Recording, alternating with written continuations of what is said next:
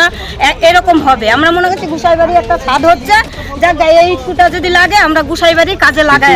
মাসিমা একটা জিনিস কি সরকারি আমাকে তো কইলাম, আমাকে ভুল হয়ে গেছে, আমরা বুঝতে পারি না। বলছি সরকারি সম্পত্তি দেখে রাখার দায়িত্ব তো আমাদের সকলের। আমরা বুঝতে পারি না, প্রথমেই বলছি বাবা আমরা বুঝতে পারি না, আমরা মেয়ে ছেলে তো মেয়ে ছেলে আমরা। সরকারি বিভিন্ন জন্মমুখী প্রকল্প রূপায়িত হয় সাধারণ মানুষের কল্যাণে, কিন্তু তার সুফল পাওয়ার সাথে সাথে রক্ষণাবেক্ষণের কিছুটা দায় বোধহয় বর্তায় তাদের উপর, যাদের দায়িত্বে থাকা দরকার, অর্থাৎ বিভিন্ন দলের জনপ্রতিনিধিরা। যদি মানে এইভাবে হয়ে যায় একের পর এখানে বলে নয়, এটা তো একটা মন্দিরে লেগেছে। হ্যাঁ, অন্যায় কাজ, আমরা বুঝতে পারিই নাই। কিন্তু সেইগুলো জিনিসগুলো দেখে রাখার দায়িত্ব কাদের? আমাদের জন্যই তো। হ্যাঁ, তাহলে আমাদেরই তো সরকার সহযোগিতা করছে, আমাদের কল পাইপ দেখে রাখা। আমরা যদি বুঝতে পারতাম বাবা তাহলে আমরা যাইতাম। এরপরে যা যা জিনিস আছে সেগুলো দেখে রাখা হবে তো।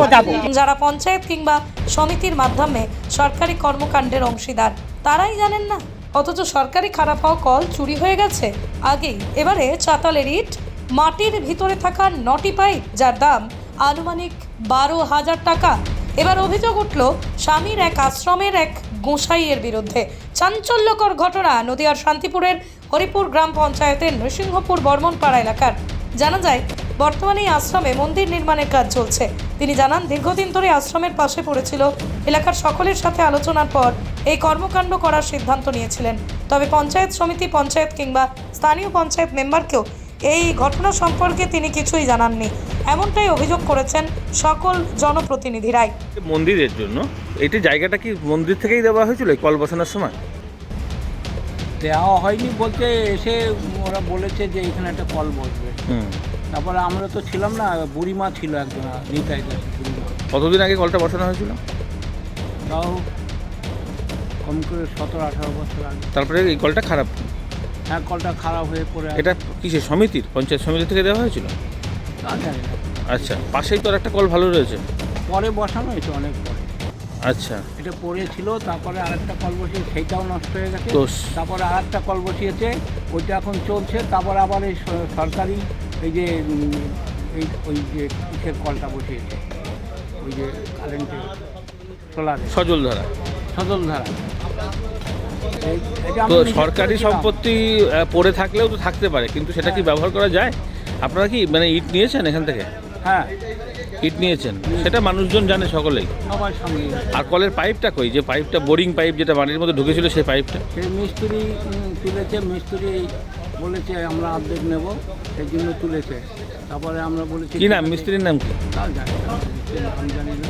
মিস্ত্রি অর্ধেক পাইপ নিয়েছে, আর অর্ধেক পাইপ কে নিয়েছে? আর ওই সবই নিয়েছে, আমাদের এই মন্দিরের জন্য কিছু পয়সা ধরে দেবে সেটা। তাহলে সরকারি সম্পত্তি এরকমভাবে বিক্রি করা যায়? সে জানি না, সরকারি সম্পত্তি না, আপনি যে ইটটা ব্যবহার করছেন সেটাও কি করা যায়? ইট আমাদের আশ্রমে পড়ে আছে এত বছর থেকে। না, যে চাতালটা ভেঙে ভেঙে যেটা নেওয়া হয়েছে সেই ইটের কথা বলছি। সেইটাই পড়ে আছে। আমরা আমাদের এই ভিক্ষা করে করে এই মন্দিরটা করছি, তো তাই চিন্তা করলাম যে এটা পড়ে আছে, তাদের দুজনের সঙ্গে কথা বললাম। তারপরে ওই মায়েরা আছে, মেয়েরা আছে, আর এরা নিয়ে ভিক্ষা করে, তারা বললো যে তাহলে আমরা এই ইটটা পাকে। কি নাম আপনার? আমার নাম রাজেন্দ্র। এই মন্দিরের নাম কি? রাধারমন জিউ আশ্রম। এটা অনেক দিনের মন্দির। এটা 100 বছর। এই জায়গাটার নাম কি? এটার নাম নৃসিংহপুর বর্মনপাড়া। পৃথিবীর 3 ভাগ জল 1 ভাগ স্থল, তাই পানীয় জলের অভাব নেই। কিন্তু বিশুদ্ধ পানীয় জল একটাই, বৃষ্টি অ্যাকোয়া। প্রতি ফোঁটায় আনে তৃপ্তি, মেটায় তেষ্টা। বৃষ্টি অ্যাকোয়া, বিশুদ্ধ পানীয় জল। কাছে প্রথমে আপনি কি কল মিস্ত্রি? আমি কল মিস্ত্রি। আমরা শুনলাম যে কল মিস্ত্রির কাছেই রয়েছে নাকি পাইপগুলো। হ্যাঁ, পাইপগুলো। আপনাকে এই অনুমতিটা কে দিয়েছে সরকারি জায়গা পাইপ নেওয়ার? এখানে মন্দিরের লোক, জনগণ, আশেপাশের, তারপরে মেম্বার। বিষয়টা তো সরকারি, সেখানে পাবলিক বললেই সরকারি এটা সম্পত্তি আপনি নিয়ে নিতে পারেন বা কি? না, আমি তো নিইনি, আমি দেখেছি দায়িত্ব করে পাইপ কটার দায়িত্ব। কটা পাইপ পেয়েছেন তুলতে? 9টা। এখন আপনার কাছে 9টা পাইপ আছে। তো আপনি জানিয়েছিলেন কখনো মেম্বারদেরকে বা কাউকে? আমাকে কালকেই বললো, আমি বললাম যে আমি এসব কাজে হাত দিই না, কারণ হচ্ছে আমার যেটুকু পাবলিক কাজ করি বা পঞ্চায়েতের কিছু কাজ করি, তা এবার আমি এ কাজে হাত দিতে পারবো না।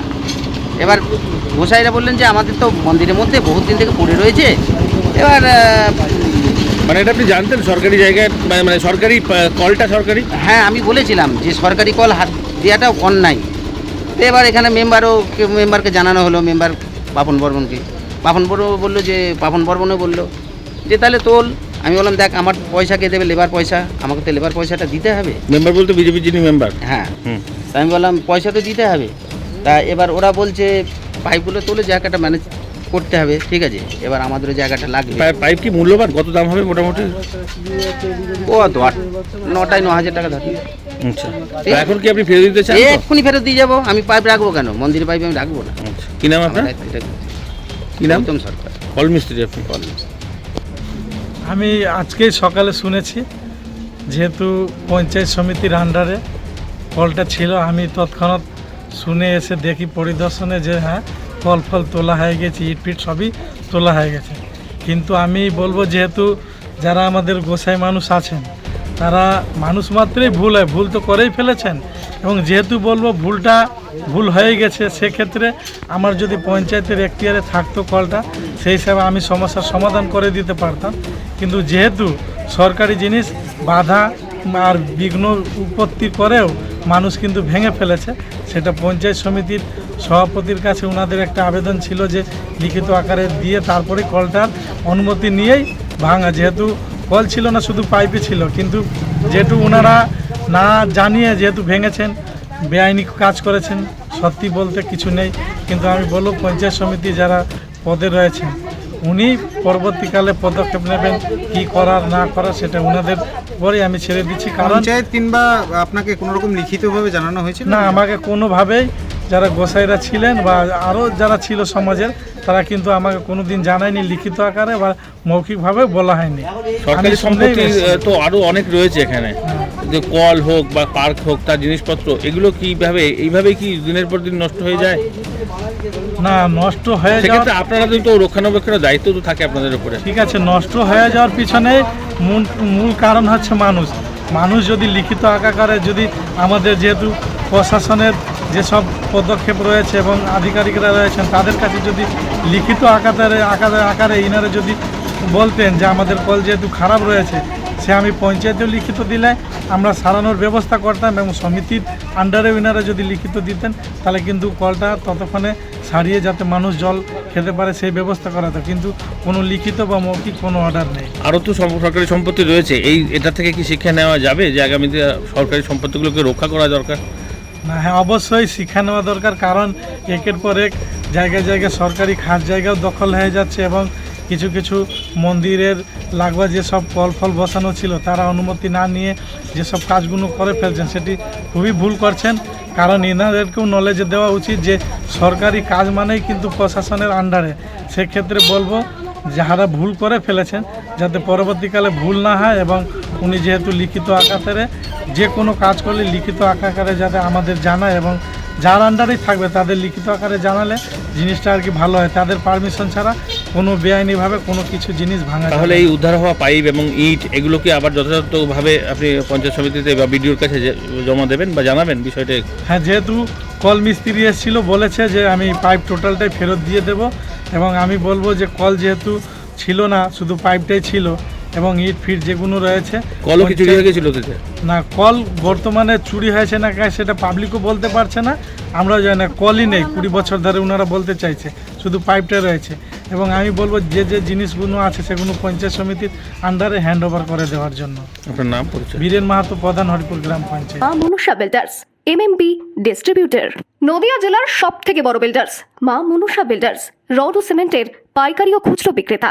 আমাদের ঠিকানা পদ্মবিলা ঠাকুরবাড়ি, চাকদা, নদিয়া। থেকে বড় English medium school JRS public school প্রায় 35 বিঘা জমির ওপর গড়ে উঠেছে বিশাল ক্যাম্পাস। নার্সারি থেকে শুরু করে উচ্চ মাধ্যমিক, ITI college, law college, BEd college, ভর্তি চলছে জেআরএস পাবলিক। আপনি কোথায় ইনভেস্ট করবেন, কেন করবেন বুঝতে পারছেন না তো? সঠিক গাইডলাইন পেতে আজই আসুন নদিয়ার চাকদাতে নিবেদিতা প্রাইভেট লিমিটেডে। Nivedita private limited, marketing and distribution service. Balcony বা সিঁড়ির রেলিং, মডিউলার কিচেন বা ড্রয়িং রুম, এক কথায় আপনার স্বপ্নের বাড়িকে করে তুলুন আরো সুন্দর। Chakda ply centre, gorgeous look বা কোয়ালিটি সবেতেই number 1। Chakda ply centre, Chakda ply centre, KBM, Chakda, Nadia. হোমওয়ার্কটা করেছো? হ্যাঁ স্যার। এ বাবা, ভুল করেছো কেন? চোখে কেমন ঝাপসা দেখছি, লিখতে আর পড়তে খুব সমস্যা হচ্ছে।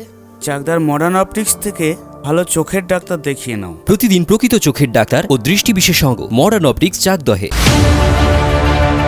চাকদা অ্যালুমিনিয়াম সেন্টার, প্লাই, কাঁচ, laminates, kitchen fittings, door lock, window ও অ্যালুমিনিয়ামের খুচরো ও পাইকারি বিক্রেতা। Chakda aluminium centre, Purbalalpur 50 number রেলগেটের পাশে, চাকদা, নদিয়া। ভাবছেন 3 স্টার ক্যাটাগরিতে কাটাবে? রুম রে মাত্র 1500 টাকা থেকে স্টার, খাওয়া দাওয়া রিজনেবল প্রাইস। নদিয়ার একমাত্র 3 স্টার ক্যাটাগরি হোটেল এনবি সোনার বাংলা হোটেল, কল্যাণী এইমসের ঠিক উল্টো দিকে, কল্যাণী, নদিয়া।